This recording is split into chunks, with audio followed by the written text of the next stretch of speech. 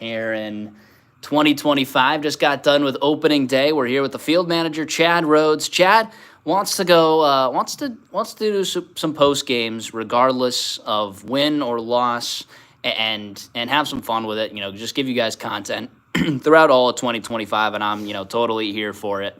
The more content, the better. I said on my previous TikTok today that I wanted to cover everything head to toe with the y'all. So we're making sure that we do that. Chad, after a 13-2 loss on opening day here, let's start with what you saw from the opening day starter, Sean Gamelin. Obviously, that's always a big nod. Always a big nod to get that opening day start. What'd you see from Gamer out the gate here? I saw a little. I thought he used the adrenaline well. He controlled it. Went 3-0 to the first guy, and then went and found the bottom of the zone. So obviously a little different round, trying to find that. After that at bat, I thought he did a good job pounding the bottom of this heater. I thought he did a good job attacking well, using it off speed when he needed to. The one thing I did talk to him about, and I think moving forward, obviously we're going to talk about pitching a little bit more inside. I thought he did a good job coming in his fastball down and at the top when he needed to later in at bats. But I thought as the lineup rolled over and kept coming around, there wasn't enough uncomfortableness, kind of pitching inside. It wasn't established where they're going back to the dugout, talking that he's pounding inside. So to me, I think that kind of limited. I thought that limited a little bit of options. You can put it on Harry too. Talking about. I got Brandon's coming back at 11. If you don't want to make 10:30 bucks. Yeah, Brandon's going to come back for 11 for us if you got him. Hang out. We'll talk about this game, so if you want to jump on, Rory can point it at you too. We're talking about Gamer. No, I thought he did threw the ball well. Kind of what I expected. Wrestled with his heater. I thought he tried to put a little too much thought into who he's facing, what's going on, rather than just sticking to his strengths. But then I thought as the game went on, it would have been a little bit of adaptation by Zay to pitch a little bit more in and show that. Because yes, outer half the way, but you said the swings are late. I thought a couple of trying to cheat barrels, but we didn't pound in enough to be able to keep the outside open. So I thought the outer half kind of closed off towards the end of the outing. Made some bats, foul balls towards the end on fastballs away. Then was trying to rely on his off speed to put them away rather than just being a little bit more systematic about how he uses the zone. That was what I thought about his outing. I thought he threw the ball well. I think he's going to take it. It's going to be a big growth for him. But that's all. Stuff looked good. I don't know why. Yeah, Gamer hoping to be the ace of the Y'alls this year. 4 innings pitched, 6 hits, 3 runs, only 2 of them earned. 1 walk was the first batter of the game, and then 5 strikeouts, 4 of them in a row between the first and second inning. I liked what I saw as well from Gamer. 3-1 ball game. I mean, you're still in it there once you leave in the 4th. Let's flip over to the third base coach, assistant coach for the Y'alls this year, Harrison DeNicola. Talk a little bit more about the offense. Stifled through the first 4 innings, didn't have a hit against 7'2" Australian pitcher, the now tallest pitcher in professional baseball. What's it like? Obviously, you weren't at the plate there. What'd you hear from the team? Seeing out of that high arm angle, and kind of what happened with the offense today. Not really heard from the team just because, as I'm going in, they're going out. But I thought we had a lot of good ABs early. Even going to the 3rd, 4th inning, even though he has a no-hitter going, we had a lot of deep counts, a lot of 0-2 to full counts, getting the count back into our advantage. I thought we had a lot of good swings. A couple barrels we had early went straight at people. That's how it happens when you're playing on a big field.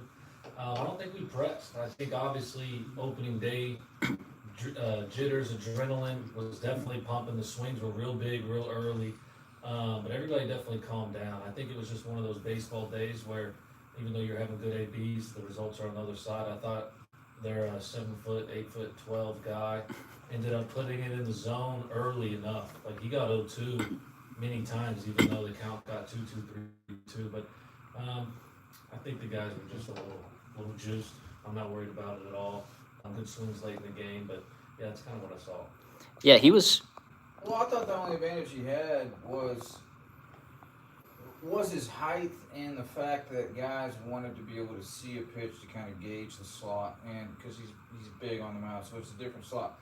I didn't necessarily think the stuff was what was going to beat guys, but he did. Right. It wasn't like hey, they're taking to get a strike. It was necessarily they're kind of taking to get the timing, and he was going early action right in the zone.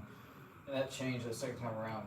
Davis kind of picked up on that and put a good swing on one. But no, hats off to him, man. You got to give the guy credit where it is due running through that lineup and being able to come out pretty much unscathed. But be ready.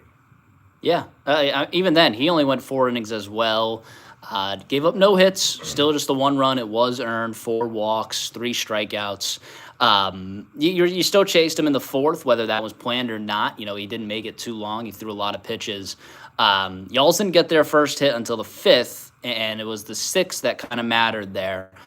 Eli Magic making his debut for Florence. A lot happened in the inning. I don't know if you could say it was all Magic's fault. Couple blue hits, couple errors in the field. What'd you see around Magic in that inning, and what'd you like from him at least? I saw a lot. I saw a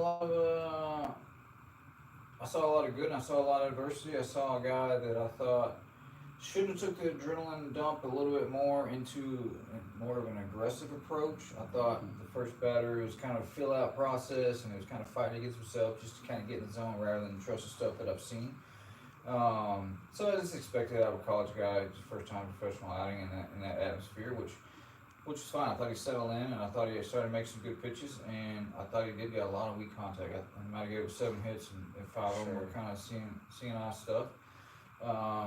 Had to get 6 outs, but I thought that he kept pounding the zone, didn't try and take it in his own hands as the inning went along. Ended up with like around 30 pitches, so I did want to piggyback and kind of get him 2, but that didn't necessarily work out because I had to get Ty hot, and I brought Ty in the 5th because I wasn't going to bring Eli into a dirty inning. I mean, the plan was to piggyback all along, but I thought he threw the ball well. I saw some flashes of the pitches that I wanted to see out of him as the inning went along. I would just like to see that from the jump, from the get-go, like from the first pitch on. That's what I thought. I thought it was just a little fill-out process, fill behind some counts, and then allow them to see more. And then once that inning starts rolling, those sticks become a little bit more comfortable as the gap widens, and they take some more free swings. And I thought we had him a couple plays. Like I said earlier, I don't think we had bad decisions. I just thought it was a little bit, that first game, that game speed's going real fast rather than just kind of taking her time and setting her feet, making some nice throws. Kind of ran him out of there as far as ran his pitches up and didn't allow us to get that piggyback action, but got to see Connor McKay come in. Finish those last 2. Mackay. It is McKay, but it's McKay for me. It's McKay everywhere, bro. McKay burgers, man. It's fine. But no, as far as Magic, I saw what I need to see. I saw how he's going to handle it. And it's good to see it. I'd rather knock all this out now and make your down payment now so I know what you're about when you are in the fire, because that's what it matters. It doesn't matter when things are going good. Like, I want to know how are you gonna respond when things are going bad.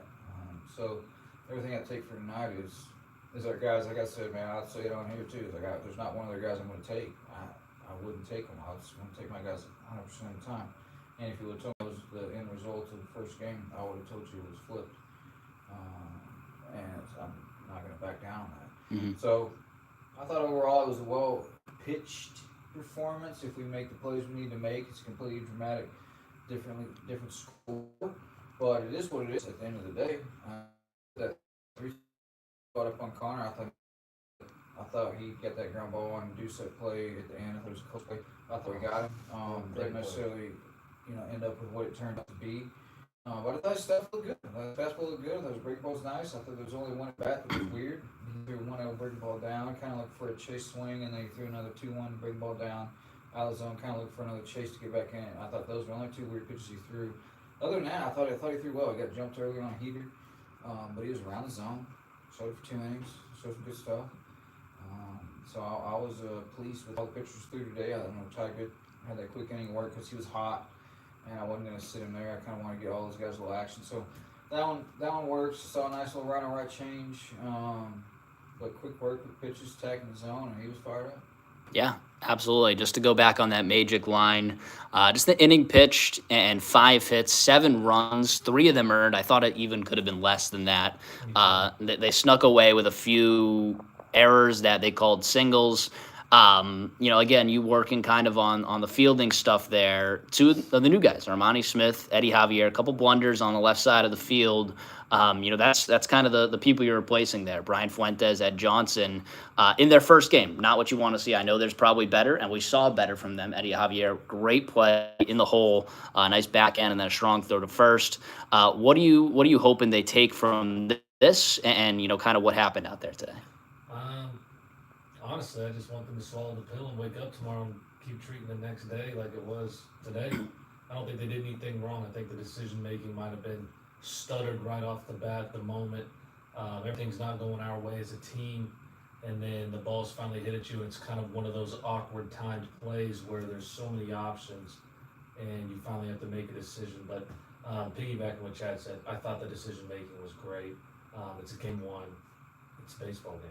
Stuff's going to go your way, stuff's not. I'm happy we got all those moments in, especially in some tight scenarios where we needed to be tight, and then maybe it unraveled. But man, just wake up tomorrow, we're not going to treat it differently. So happy they do that.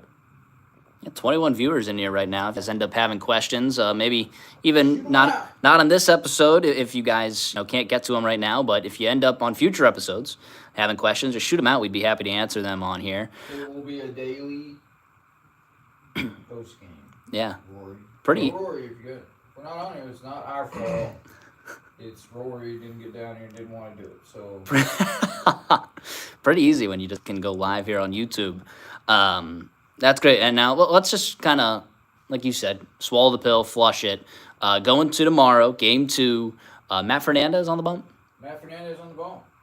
Yeah, no piggyback. Kind of guy who's going to have the same kind of bullet count that Sean had, about 80, 85. 80-85 for Matt Fernandez. First time I've seen him. Didn't pitch an exhibition play, but plenty of simulated games here in Florence. Obviously built up 80-85, so I'm excited to see him. He's making a transition, kind of a long inning guy from the bullpen last year to a starter this year. Obviously, that was a big discussion over the offseason. How long were you thinking on that over the offseason, and kind of how did that play with the roster? I had a lot of guys this offseason that I did bring into camp that wanted to come in and start. Matt was one of the first ones at the end of the year last year telling me, I knew where he was going to go work out, and I knew the offseason he was going to put in. So I was happy with, I know his strike throwing ability. That's the reason I like him. He's out there to compete and get quick outs, and so he's always around the zone with a couple of different fastballs, 4-seam, 2-seam cutter. So I know everything that he's attacking with. So I didn't mind him. I told him, I was like, if you want to build up like that, obviously you look at the body. Nobody's going to project that guy to go deep and be a long type of guy. But as far as where I think he's at in his career in a ball and where he's at right here, him throwing short bursts, 1-2 innings is not going to give him enough velo to be able to get looks out there. So if he shows his pitchability in more innings, longer innings, give him some longer stints, and as a starter with the strike throwing ability, I think he's got a chance to put up some good performances with his team. But I like what he does, man. He's going to read some guys, he's going to read some swings. He's in the game. It's not too fast for him. He knows how to throw strikes with all his pitches on both sides of the zone. So I think after watching Game Limit, as far as kind of similar stature, not similar stuff, but seeing how those guys' swings were late, how they're looking a little bit more away because we started staying away. I think his pitchability tomorrow you're going to see it based off what he watched today, and I think he's going to pick some guys apart, and he's going to be able to go both sides of the plate when he needs to. So I'm excited for that one, and be able to follow it up on Saturday. Absolutely. Let's just say, let's kind of wrap it up here. What are you guys looking forward to see tomorrow to end it? We'll start with you, Chad. I'm going with the same lineup, same lineup, same setup. That's what I'm going to do. Like I said, there's zero panic here. We don't panic. It's not in the vocabulary. It never helps anybody. So just the guys back out there, they got the first one under their belt, so it's time to go. So putting no pressure on it, but just seeing how the guys react to it, seeing how they come together as a team, and seeing how if the approach sticks. Not seeing guys trying to press to get that first knock or trying to get that first dub. It's just seeing how they do, kind of relax into themselves, and it's like, hey man, I was serious about. I believe you guys are the best offense in the league. I'm dead serious about that. It's gonna happen. It's one game. I don't care. It doesn't matter. We're not going to win them all. It's not going to happen. So just going back out there and making sure that we're not playing too tight and playing loose and let it happen. I'm excited to see some of our other arms throw. Loved what I saw today. Thought we won a lot. Ball just didn't bounce the right way. It happens. I'm also excited to see the routine plays, the routine at bats, 2-0, getting our swing off. Just a normal ground ball, throw to first. Everybody just kind of going back into making the next right decision. The game tells you what to do. So honestly, I'm just ready for the new day. That's what I'm excited to see. Yeah, absolutely. Well, we appreciate you guys taking the time here. Like Chad said, there should be a routine post-game thing. 27 viewers in here right now. So, again, if you guys end up having questions, maybe in future installations, make sure you send them in. We'd be happy to answer on here. I know Tammy Craig says what's up. What's up? So we're happy to see Tammy joined in here. But thank you guys for tuning in. That's RNR. I guess we can maybe come up with a different name for it if it's Figure it out. yeah, if it's just post game shows. But we appreciate you guys coming in. Chad Rhodes, Harrison Denekla, and myself, Rory Teddemer, signing off from Game 1 in Mississippi. Y'all take care.